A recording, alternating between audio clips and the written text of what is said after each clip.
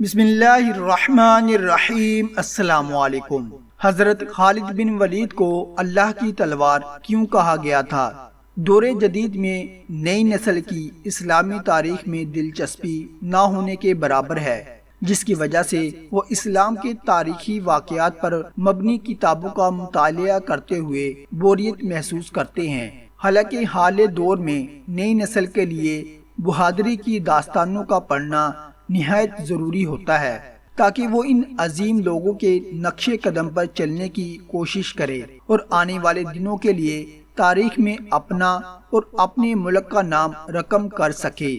اس لیے اللہ تعالیٰ نے مسلمانوں کو ایسے بے شمار سپہ سالاروں سے نوازا جنہوں نے مختلف مواقع پر مسلمانوں کو بڑی بڑی فتوحات سے ہمکنار کیا، جن میں خالد بن ولید، محمد بن قاسم، طارق بن زیاد، یوسف بن تاشفین اور امیر تیمور کے نام شامل ہیں۔ اسلامی لشکر کے یہ جانباز سپاہی سپہ سالار میدان جنگ میں دشمن کے لیے موت اور اپنوں کے لیے امن و راحت کے معیار پر تھے۔ اسلام کے عظیم سپہ سالاروں نے اپنی منزل کا تعین کرتے ہوئے جب بھی قدم بڑھائے تو رفت و عظمت کے پھول ان کے استقبال کے لیے بکھرتے چلے گئے۔ مکہ کے ایک ایسے گھرانے میں پیدا ہونے والا یہ بچہ اپنی دولت، سخاوت اور فہم و فراست کے حوالے سے جانا پہچانا جاتا تھا۔ اس بچے کے والد ولید کا شمار مکہ کے ممتاز افراد میں ہوتا تھا۔ وہ مکہ سے طائف تک پھیلے ہوئے بے شمار باغات کے مالک تھے۔ اہل مکہ انہیں العدل اور الوحید کے القابات سے پکارا کرتے تھے۔ وہ عرب کے پہلے شخص تھے جنہوں نے چوری کے سلسلے میں ہاتھ کاٹنے کی تجویز پیش کی تھی، جو بعد ازاں اسلامی نظام میں شامل ہوئے، اور فوجی مہارت میں بھی حضرت ولید کا جواب نہ تھا۔ تو یوں اس بچے کو دولت اور مزید خوبیوں کا سرمایہ ورثے میں ملا، اور اس بچے نے بڑے شفانہ انداز میں پرورش پائی۔ اس کے علاوہ آپ کو مردانہ کھیلوں اور فرعونوں ارب و ضرب سیکھنے کا جنون تھا۔ آپ نے بچپن میں ہی گھوڑے سواری، تیر اندازی اور شمشیر زنی سیکھ لی تھی، اور نیزہ چلانے میں بھی آپ کا کوئی ثانی نہ تھا۔ ان صلاحیتوں کے مالک کا نام حضرت خالد بن ولید رضی اللہ تعالی عنہ تھا۔ کھیل کا میدان ہو یا میدان جنگ، آپ اپنی مہارت سے کھیل کا پانسا اپنے حق میں لڑنے کے ماہر تھے۔ کہا جاتا ہے کہ حضرت خالد بن ولید رضی اللہ تعالی عنہ نے کشتی میں بھی بڑے بڑے پہلوانوں کو ہرایا تھا۔ ایک بار مکہ میں کشتی کے مقابلے ہو رہے تھے تو حضرت عمر فاروق رضی اللہ تعالی عنہ، جن کا شمار شہر کے نامور اور کشتی لڑنے والوں میں ہوتا تھا، آپ کے مد مقابل تھے۔ دونوں ایک دوسرے کو بچھاڑ کرنے کی پوری کوشش کر رہے تھے۔ مقابلہ کافی دیر سے جاری تھا اور فیصلہ نہیں ہو پا رہا تھا۔ اچانک حضرت خالد کا داؤ چل گیا۔ انہوں نے اپنے ماموزاد حضرت عمر فاروق رضی اللہ تعالی عنہ کو اٹھا کر پھٹک دیا، جس کی وجہ سے حضرت عمر فاروق رضی اللہ تعالی عنہ کی پنڈلی کی ہڈی ٹوٹ گئی، اور میدان حضرت خالد بن ولید رضی اللہ تعالی عنہ نے مار لیا۔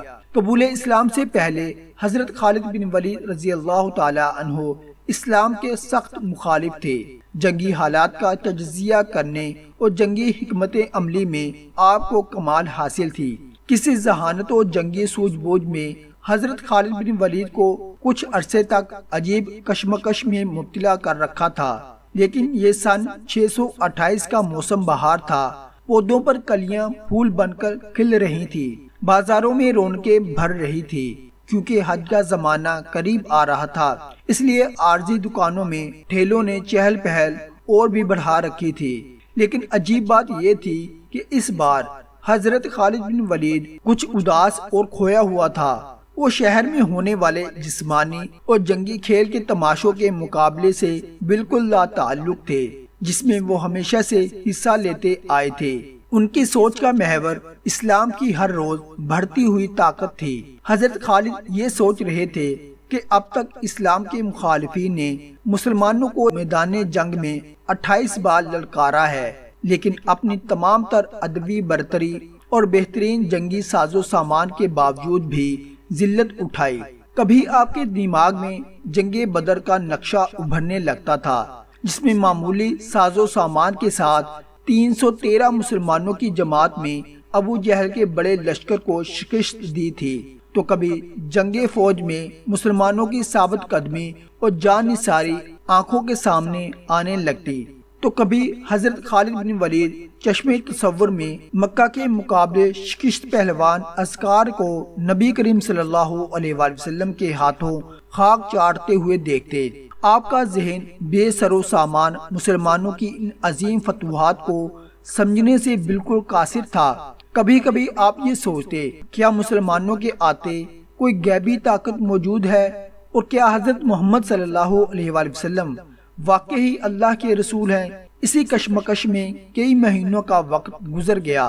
صلح حدیبیہ جس میں 1 سال گزر چکا تھا، معاہدے کے مطابق نبی اکرم صلی اللہ علیہ وآلہ وسلم اپنے جانثاروں کے ساتھ عمرہ کرنے کے لیے مکہ میں داخل ہوئے۔ حضرت خالد بن ولید الجھے ہوئے ذہن کے ساتھ مکہ سے نکل گئے تاکہ وہ شہر میں مسلمانوں کے داخلے کا منظر اپنی آنکھوں سے نہ دیکھ سکے۔ مکہ میں 3 روز قیام کے دوران نبی کریم صلی اللہ علیہ وآلہ وسلم نے حضرت خالد کے بڑے بھائی ولید سے فرمایا، افسوس خالد میرے پاس نہیں آیا، وہ آتا تو اس کا بھرپور استقبال کرتے۔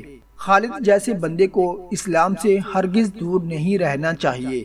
ایک دوسری روایت کے مطابق خالد بن ولید کے قبول اسلام کے لیے نبی کریم صلی اللہ علیہ وآلہ وسلم نے دعا فرمائی تھی۔ اس کے بعد حضرت ولید نے حضرت خالد کو بہت ڈھونڈا، لیکن ان کا کچھ پتہ نہ چلا۔ آخرکار ولید نے ایک خط لکھ کر اسی کے حوالے کیا اور درخواست کی کہ جب حضرت خالد بن ولید آئے تو ان کو یہ خط پہنچا دینا۔ جب یہ خط حضرت خالد بن ولید تک پہنچا تو ان کی کیا حالت ہوئی تھی، اور اس خط نے کیا کمال دکھایا تھا، اس کے بارے میں حضرت خالد بن ولید خود فرماتے ہیں کہ میں اکثر سوچا کرتا تھا، مجھے نبی کریم صلی اللہ علیہ وآلہ وسلم کے خلاف ہر محاذ پر ناکامی کیوں ہوتی ہے؟ پھر آہستہ آہستہ میرے دل میں یہ خیال تقویت پکڑتا چلا گیا کہ کوئی غیبی طاقت ہے جو میرے دل میں نبی کریم صلی اللہ علیہ وآلہ وسلم کے لیے جگہ بنا رہی ہے۔ پیغمبر اسلام جب عمرہ کے لیے مکہ میں تشریف لائے تو میں وہاں سے نکل چکا تھا، جس پر میرے بھائی نے مجھے خط لکھا جس پر تحریر تھا، مجھے تعجب ہے کہ تم اسلام سے اس قدر نفرت کرتے ہو، حالانکہ تمہارے جیسا آدمی کبھی بھی اسلام سے دور نہیں رہ سکتا۔ میرے بھائی، گمراہی کے اندھیرے سے نکل کر حق کی روشنی کی طرف لوٹ چلے آؤ۔ خط پڑھ کر میرے دل کی حالت بدلی اور میں نبی کریم صلی اللہ علیہ وآلہ وسلم کے حضور میں اسلام قبول کرنے کے لیے پہنچ گیا۔ اسلام لانے کے بعد حاکم شاہ کا مقابلہ کرنے کے لیے 3000 صحابہ کی فوج تیار ہوئی۔ اس فوج میں حضرت خالد بن ولید بھی شامل تھے۔ یہ بڑا ہی خون ریز مقابلہ تھا۔ مخالفین 1 لاکھ کی تعداد میں تھے اور اس میں مسلمانوں کا کافی جانی نقصان ہوا۔ اگلے روز اس لشکر کی کمان حضرت خالد بن ولید نے اپنے ہاتھوں میں لے لی اور اعلیٰ جنگی اصولوں پر اپنی تھوڑی سی فوج کو جمع کیا اور حاکم شاہ کی فوج کو تہس نہس کر کے فتح حاصل کی۔ صدیق اکبر رضی اللہ تعالی عنہ کے دور خلافت میں حضرت خالد بن ولید کی زیر کمان مسلمانوں کا لشکر مختلف ممالک میں فتوحات اسلام کے ڈھکے بجا رہا تھا اور اللہ تعالیٰ کی فتح اور نصرت کے پرچم اٹھا رہا تھا۔ ایک مرتبہ حضرت خالد بن ولید رضی اللہ تعالی عنہ سے کچھ مجوسیوں نے عرض کیا، آپ ہمیں کوئی ایسی نشانی بتائیے جس سے ہم پر اسلام کی سچائی واضح ہو۔ حضرت خالد بن ولید رضی اللہ تعالی عنہ نے زہر قاتل منگوایا اور بسم اللہ الرحمن الرحیم پڑھ کر اسے پی لیا۔ بسم اللہ کی برکت سے اس زہر قاتل نے آپ رضی اللہ تعالی عنہ پر کوئی اثر نہ کیا۔ یہ منظر دیکھ کر مجوسی یعنی آگ کی پوجا کرنے والے بے ساختہ پکار اٹھے، دین اسلام حق ہے۔